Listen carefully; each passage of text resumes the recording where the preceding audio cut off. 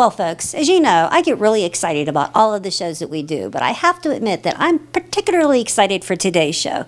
We have been graciously invited to visit one of the local attractions in our very own backyard that I'm sure you folks are all going to really enjoy because I'm going to be taking you in the right direction.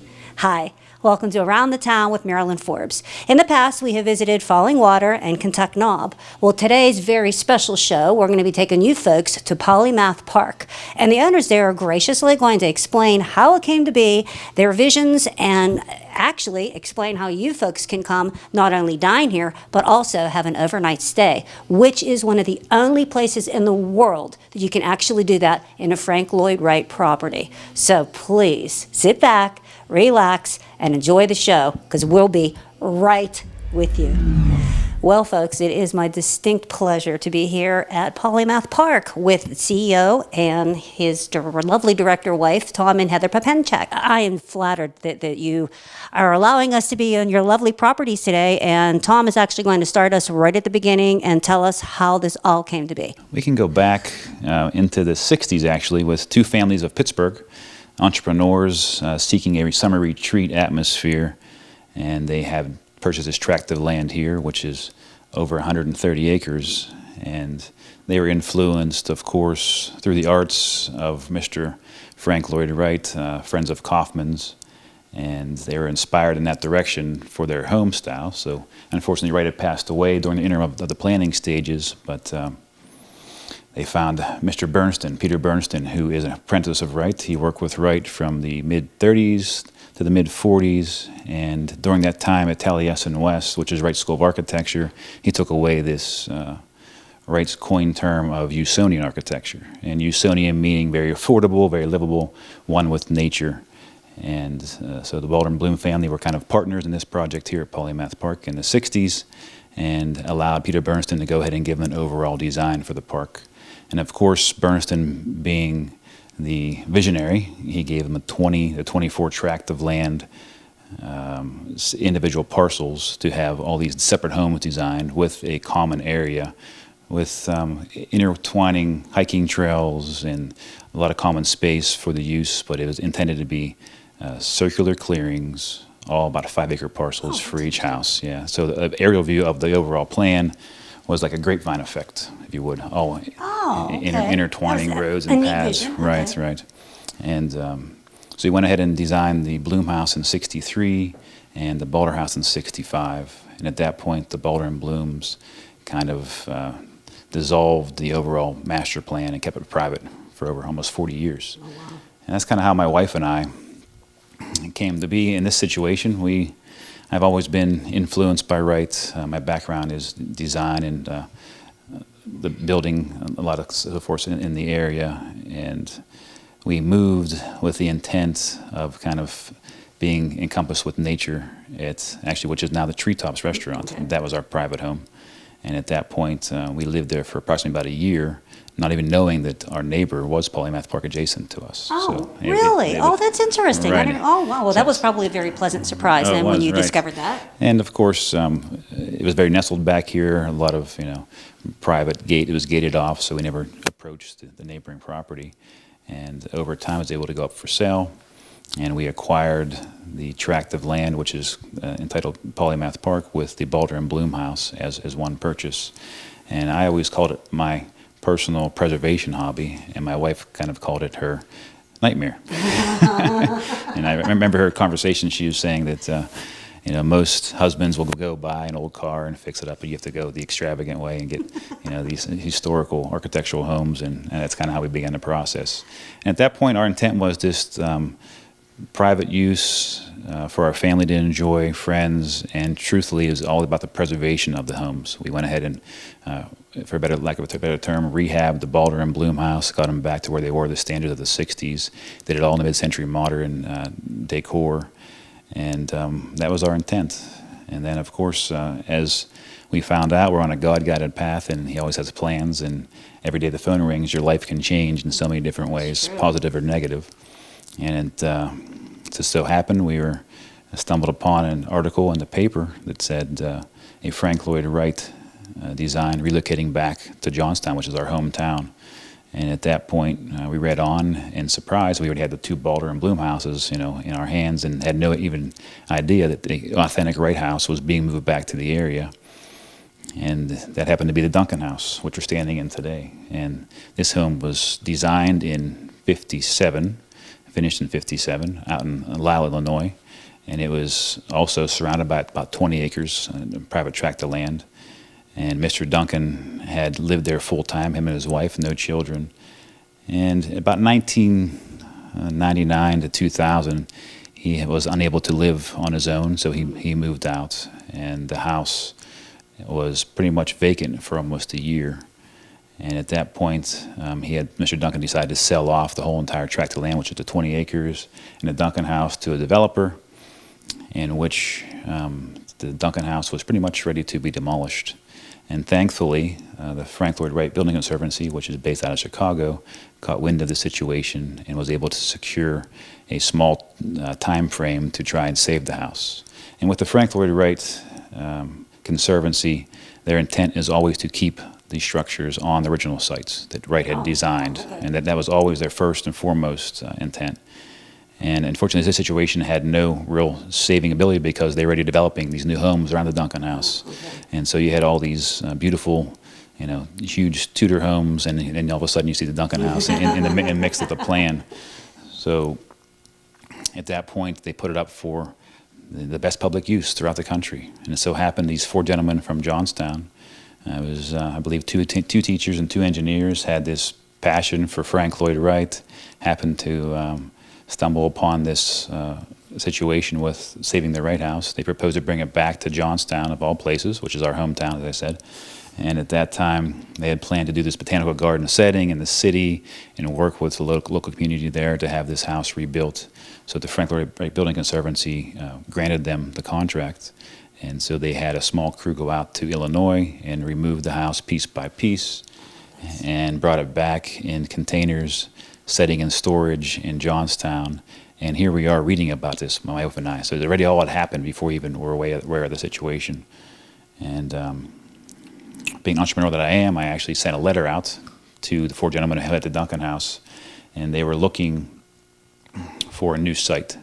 And we weren't aware of that. So I sent a letter out saying, hey, Polymath Park, we have this great land. If you have any interest, I also would be willing to help you build this house, volunteer my time in Johnstown, whatever it took to be involved for myself in the rebuild of the Duncan House. Nothing ever caught wind of this letter. They never even received it. And as things would fall into place, about a year probably, I actually forgot about the whole project, and I was so busy with my career. We had done this 1-page website of Polymath Park. So proud of this 1 page, and we had. Well, this was back in the day, then, right? Yes, okay. yeah. This is like 2002, 2003. That was probably state of the art. Right, yeah, Okay. right, for sure. And we had a simple depiction of the park, what was the history behind the park. Any questions at all, to contact us through email. Never got one email over a couple-year period, and guess what? We got our first email.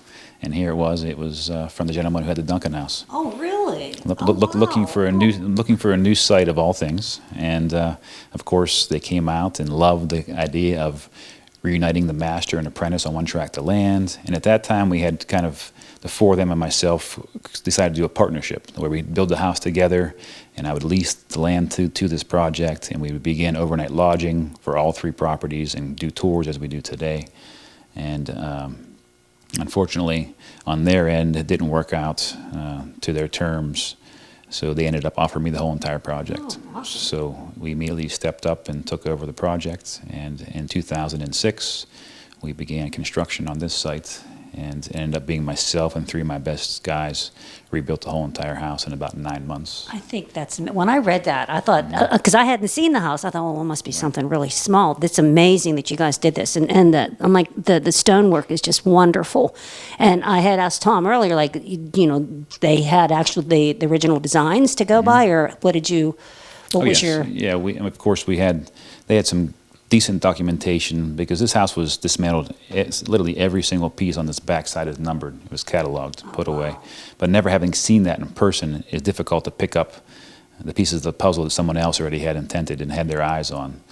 And the master prints were kind of lagging the first 2 months, so we didn't receive them. We actually began construction on the original prints, Oh, which okay. is a big difference whenever you're dealing with original prints and then rebuild prints.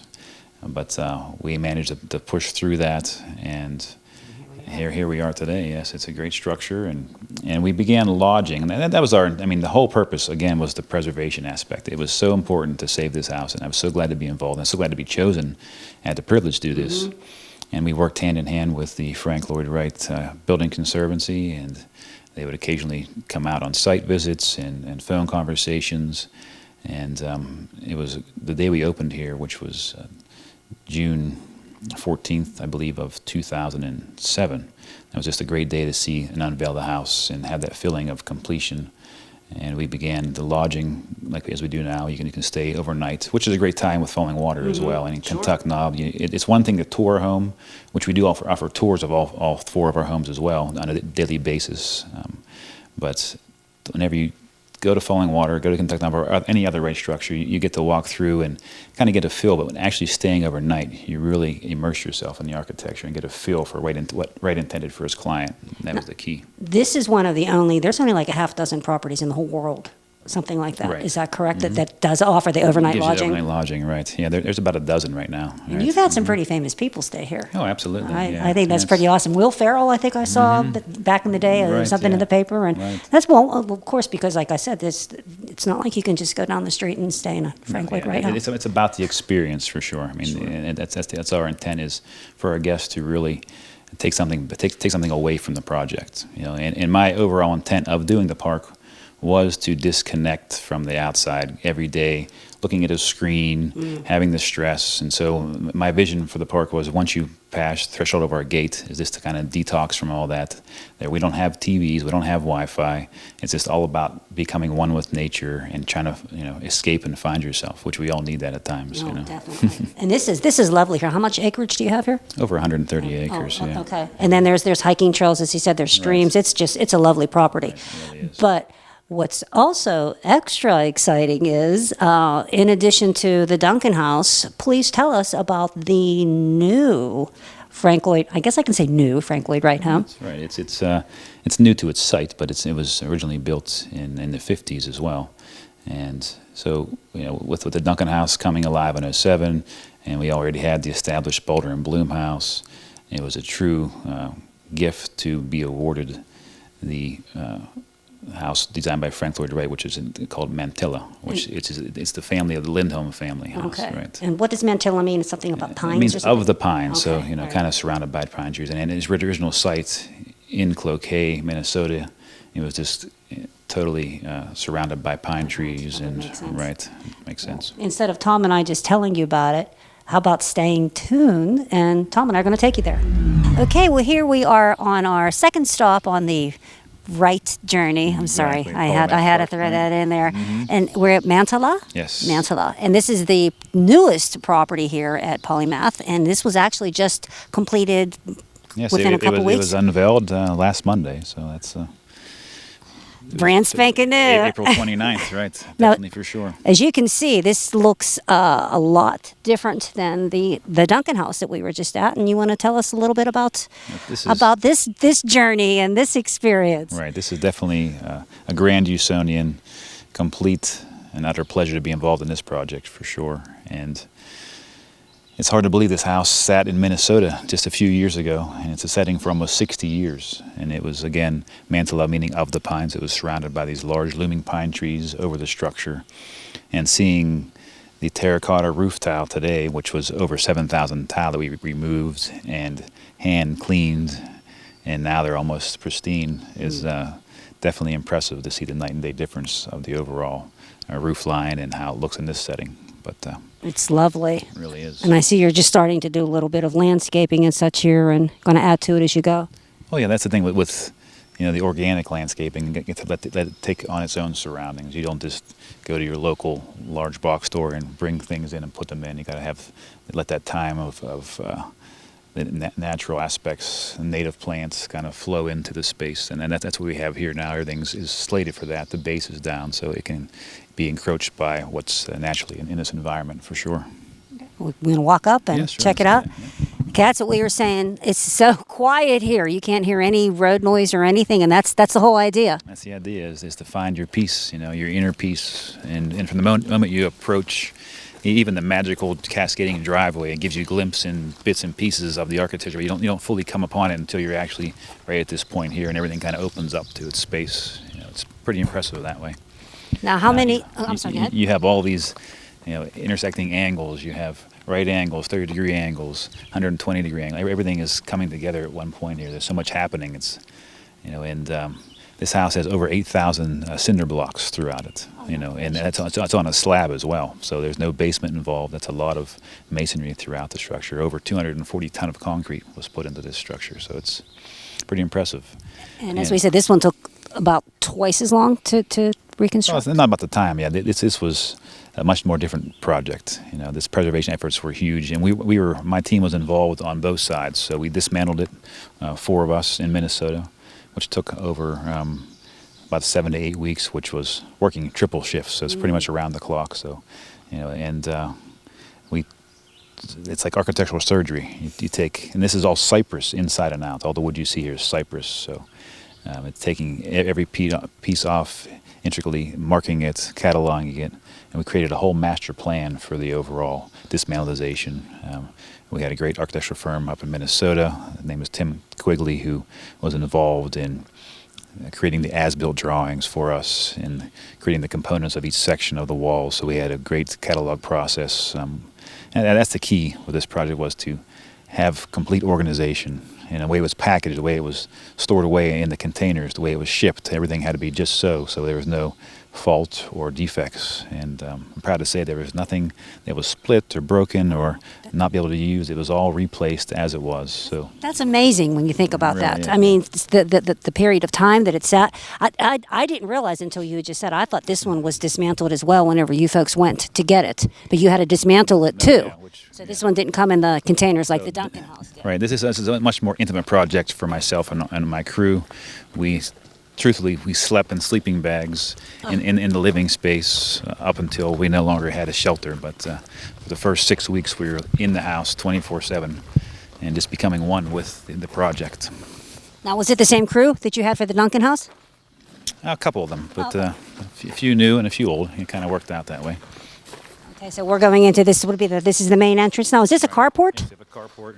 Wright was big with carports. He was a pioneer of carports. He was not fond of garages because garages took on clutter. Oh. And he was about living for the moment and not in the past. So everything was going to be pushed forward without the clutter of everyday useful, non-useful items in the house. Here we go. You ready? We're ready. Okay. All right, folks, you're getting a treat. This is the first glimpse.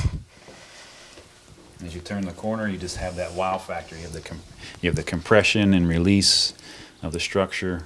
And again, he's pulling you out. You're following the light as you come into the space.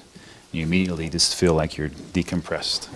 Wouldn't you have loved to have met him? I think it would be just so incredible just to see that the person where all this image came from. I just think it'd be incredible. And I truthfully think, my crew and myself both believe that he was channeled during this project. He was definitely of the being, for sure. It was things happened that shouldn't have happened.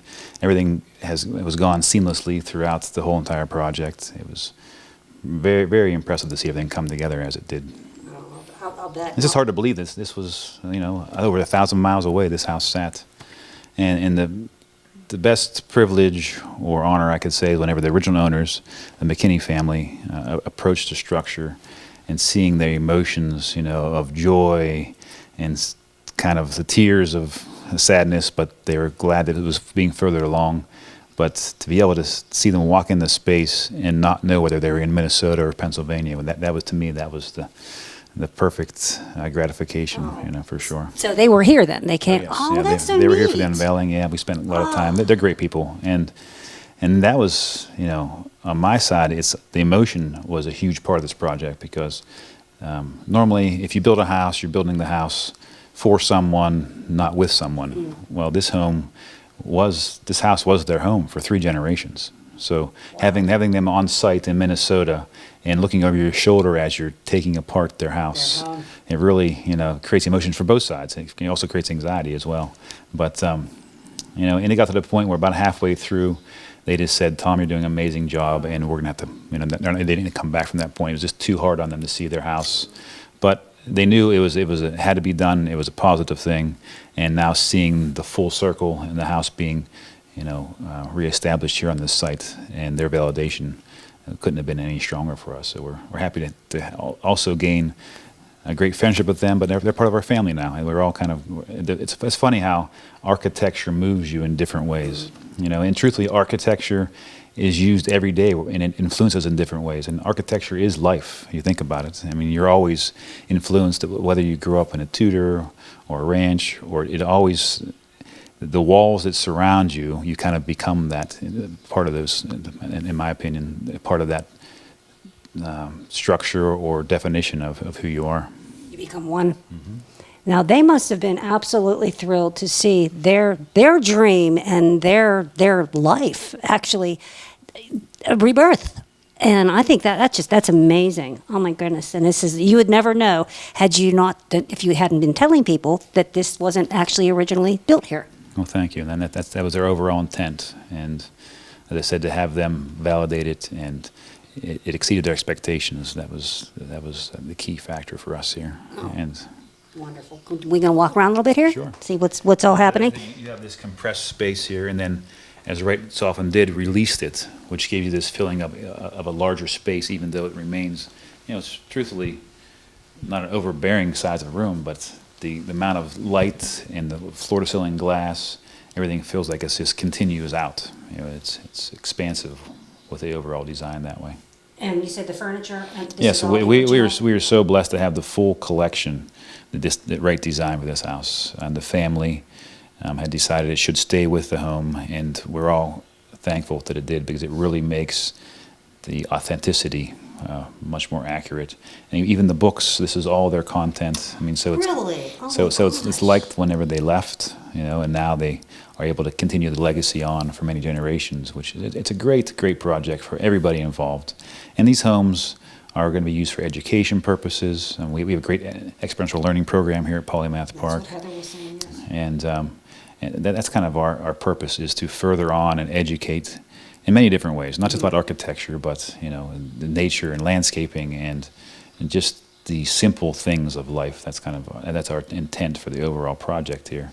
And at the same time, we're preserving history. Mm-hmm. Oh, we really absolutely. Like I said, to me, I think it's amazing that this was actually, as you said, located 1,000 miles away, and here it is here in southwestern Pennsylvania, right here in Acme. Mm-hmm. It's amazing. Right. Well, we're going to follow down this way a little bit here, see what else we have.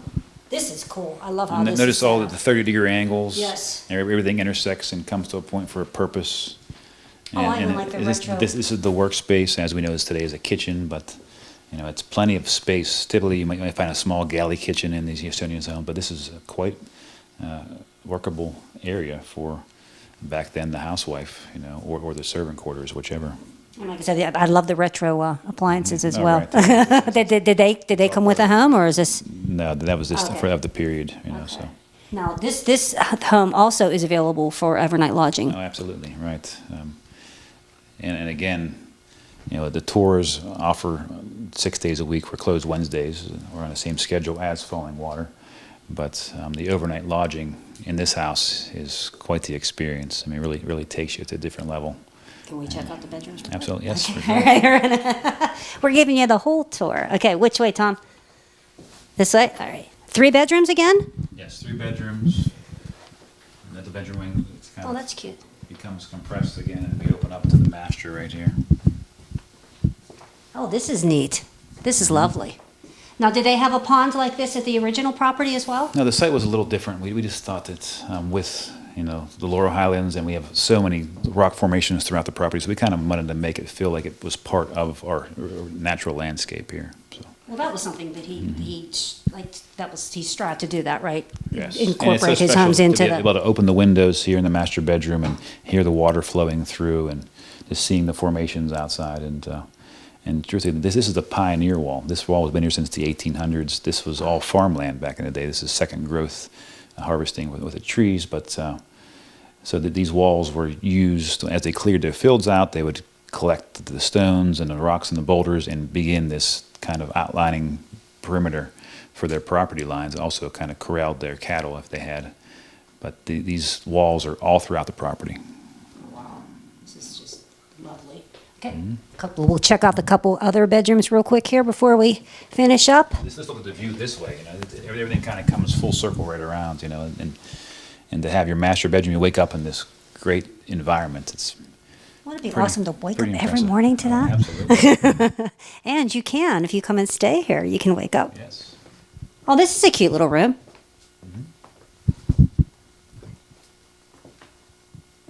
So it sleeps 6. No, we offer for 4. For 4? lodging. Okay. Right, yeah. And it's a very good use of space. I mean, the house is definitely laid out efficiently. Okay. And notice all the wooden screens throughout the windows there, all the cutouts. That reminds me of a Kentuck knob. That's Yeah, what, they did what that quite Rick a and bit. I were saying. That was done quite a bit in his Usonian style to kind of incorporate the geometric angles of the house, and that's primarily constructed of 30-degree angles, 120-degree angles, 60-degree angles. That's all the elements of the homes, the floor design.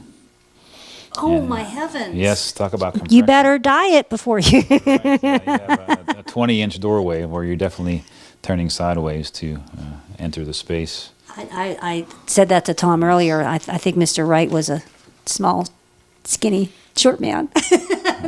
Or he liked to force his ways upon his clients as well. That's kind of Okay, last room is down here then? we actually have another bedroom Oh. and bath, right? Okay. Another little tight entryway there. Not so bad. And then, Oh, this is a little single room. Okay. right. And you said how many cinder blocks again? Over 8,000 cinder blocks. Over 8,000. Oh, my right? heavens, Tom. You must have got quite a workout. Putting I had a great crew for sure. Awesome. It's so nice to even have the touches. If you look here, all the names from the grandchildren are still on the drawers. It's pretty neat to see that. It really gives a meaning to the house. Sure. I mean, the house becomes a home with those elements throughout. Okay. One more, which is kind of my favorite room down here to the right. This is the study or the library. Oh, this is neat. Oh, look at this. There's a Picasso in here. So again, it's a space. You close the door behind you, and you kind Oh, wow. of detach from everything. But I like this for my office, or what? And you're sitting there at ground level at your desk. You have left and right airflow, cross ventilation with the windows open. Pretty impressive. Oh, this is just lovely. You can see how he's forcing your eye level to be right, looking straight out through the nature. Yes, he was all about nature, and he had a very unique, interesting way of bringing it all together. It's amazing.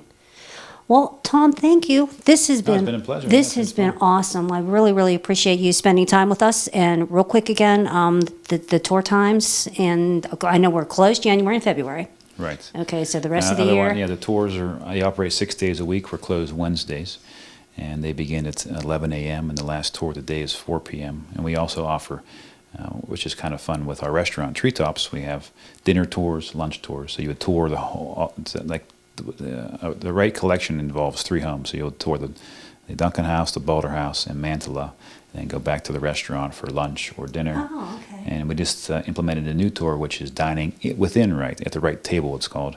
So you can actually dine inside this space at the dining table of this home. So that's Oh. a nice feature as well. And then there are the 4 properties that you can overnight lodge in as well. And that's open the 10 months, the Yes, same 10 same- months. it's Okay, all so the same closed January and schedule. February. Right, right. And you could just go to the website and everything for reservations as far as that's concerned. Polymathpark.com, and that kind of gives you the feel for all the information you need for the lodging, for the tours, what's upcoming events. And Treetops Restaurant also offers deck dining, which we have acoustic on Saturday nights, which is nice to even kind of have a drink, okay. It's a nice atmosphere as that. And that's kind of how we operate. And everything here is personalized. We want you to have the experience. Even in the restaurant, you're not just a number. We want to make sure that you feel like you've had a full experience of something you can't find locally. And we're definitely a destination dining for sure.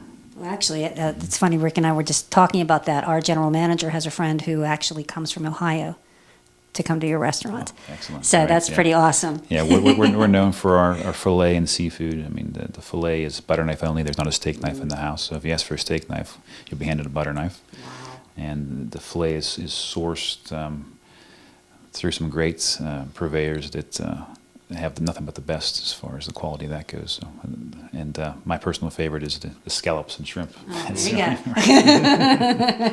And that's open Sundays as well, correct? The dining? Oh, yes, absolutely. Treetops, okay. Yeah, we do lunch and dinner there. Okay, well, I can't thank you enough. This has been wonderful. Everybody, now you know this is right in your own backyard. Please come up for a tour or have a bite to eat, or for that really extra special experience, do an overnight here. As we had said earlier, this is one of the only places in the world, and that's saying a true, lot, right. that you can actually stay and get the entire 100% Frank Lloyd Wright experience. And it's so nice to be involved, and I bet. and as hopefully people understand, is it's not about the financial gain; it's about the preservation of the property, and that's what the proceeds goes towards. Is maintaining these homes and keeping them pristine so they can continue on for generations, and as a teaching tool and a learning tool for others to enjoy for their next generation as well. So that's kind of our intent here. It's a different vibe, It's, you know. what I think is amazing, though, is the Duncan House you probably thought was a one in a lifetime. Yes, And then exactly. lightning How's it happen lightning twice? strikes twice. How's it happen twice? Definitely a God-guided path, and we're just kind of let it happen. And none of this we didn't seek any of this. It's all sought us, out. And it's amazing how things came to be, even with this structure. How one phone call changed the whole dynamics of the park. So that's all it takes in life. Sometimes is one phone call. And here we are. All right. Thank you.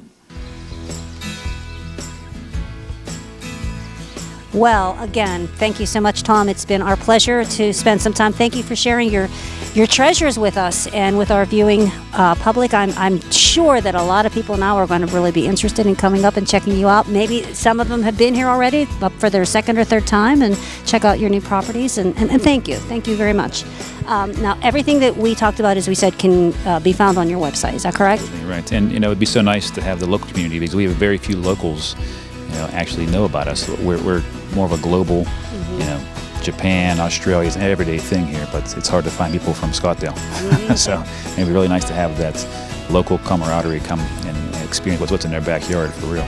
We're only a few miles from Mount Pleasant, so it's Right up the destination dining, and also destination for a nice weekend just to come out and enjoy nature and maybe learn something as well. Very good. Yes, it's definitely been a very educational experience, and as Tom said, literally, it's right in our own backyard. That's one thing about our show that we always stress, that we like to try to bring the backyard to the folks at home. Now we need you folks at home to come and check this place out as well. Please do. And thank you very much. Oh, Appreciate it. thank you for having us. And I do want to say real quick, my ending, I got to do it. Keep smiling, keep dreaming, and please keep watching. All right. Thank you.